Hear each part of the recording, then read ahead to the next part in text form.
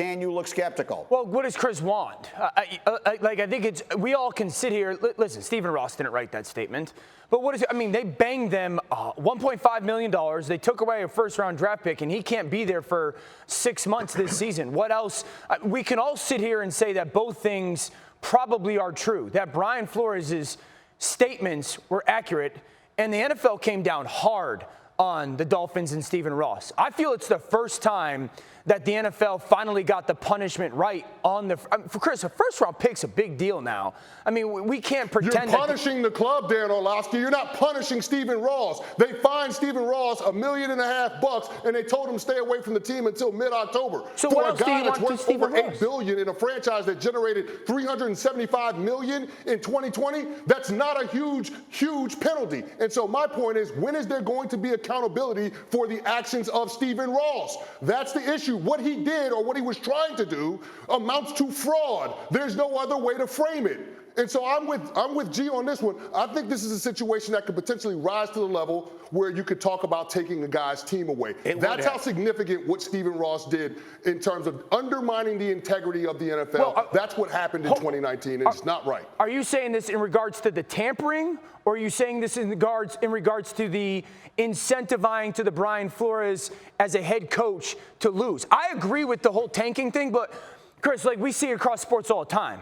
We saw it with the Houston Astros. It paid off to become a World Series champion. You know, like the organizations do this. I have said this multiple times. Organizations and front offices tank. Players and head coaches, they do not. So if we're talking about tanking, that's a different situation. But the tampering, all he's trying to do is make an investment in the future. He did it incorrectly. There's consequences for trying to cheat. A first-round pick, we cannot.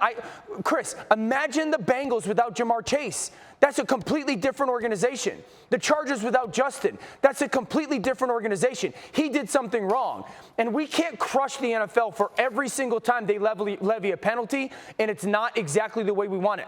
I feel this is a pretty good job by the NFL going, we are going to take your first-round pick away, another third-round pick. I understand $1.5 million ain't a lot, but it's still a chunk of change. I mean, that's pretty heavy.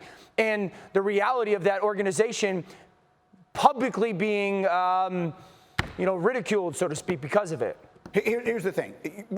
Neither one of you are saying, I don't disagree with either one of you, which is to say that I think in the area of the tampering, they came down very hard on the Miami Dolphins. Of that, there is no question. That's an organizational punishment for something the organization did. They did not find that he offered. They did not find that he went beyond what Dan is saying in incentivizing losing. There are teams that will incentivize furthering their draft interest over winning games in the short term. That happens in sports. We all hate it, but it happens in sports. That's why he's saying he was cleared of it. What I was saying is if they had found he legitimately did, specifically to the letter of the law, what Brian Flores is saying, say, I'll give you $100,000 for every game you lose, that's the kind of thing that would rise to the level of taking your team away. Now, they did not find that. Doesn't mean it didn't happen, but that's not what they found, and that's why Stephen Ross is saying he was exonerated. Well, there's another layer to this because the NFL is still facing a class action lawsuit, so they can't come out and have that kind of admission because there are other implications with that. But the other part to the tampering piece that nobody's talking about is what about Brian Flores' claims of an inequitable opportunity when it came to coaching the team? In 2019, he had an owner that told people within the organization that we're prioritizing the draft pick in 2020 rather than winning games in 2019, while Stephen Ross is actively recruiting Sean Payton from the New Orleans Saints to be his next head coach. Yeah. What part of the game is that? So when we start talking about an uneven playing field and competitive balance and integrity of the game, even the tampering charge should be more significant in terms of the penalty that Stephen Ross faces. I admit the Dolphins got levied a significant penalty, but Stephen Ross himself, I think there has to be more accountability, more discipline. Let me get everyone else in here. We're going to stay here now for the rest of this block, and we'll get back to some of the other news of the day coming up. Diana, jump in here if you can and fill in any of the blanks as you hear this going back and forth, because there are two separate pieces to this. Let's just make clear for the audience. There are two separate things. There's the tampering with Tom Brady and Sean Payton, and then there's the incentivizing losing. Those are two separate things, all within one conversation and one investigation. Diana, go. Yeah, let's just start with the player tampering. Okay, so Chris, I hear your point on there should be a penalty. I also think Tom Brady's being put in a really tough position here too. Do we believe that he should come out here and apologize or take some responsibility for this?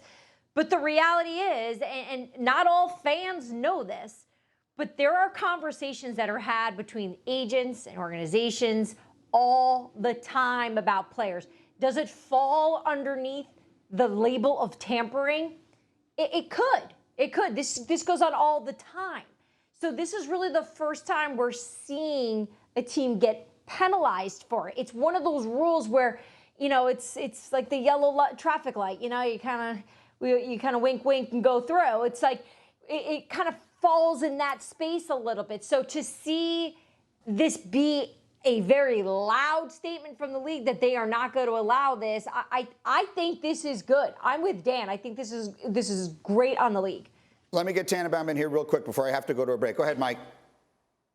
Yeah, I think we ought to focus on the process, not the result. And this is where I do give the league credit. They hired a former federal prosecutor to do a thorough investigation over several months. And I think what the commissioner did is he just followed the process. And when you read her words, again, Greedy, you mentioned this, there was not corroboration about what may have been happening in terms of tanking. If there was, if a third-party neutral found that, I think we're talking about a totally different conversation. So that's why I think the league deserves credit. Like, the process was thorough, it was neutral, and on the corroboration of the tampering and all that evidence, they were hammered. So that's why I think we got to focus on not the results in as much as how did Roger get to the result that he did, which was, again, using somebody that was outside of his office to do all the work in terms of where were the actual facts.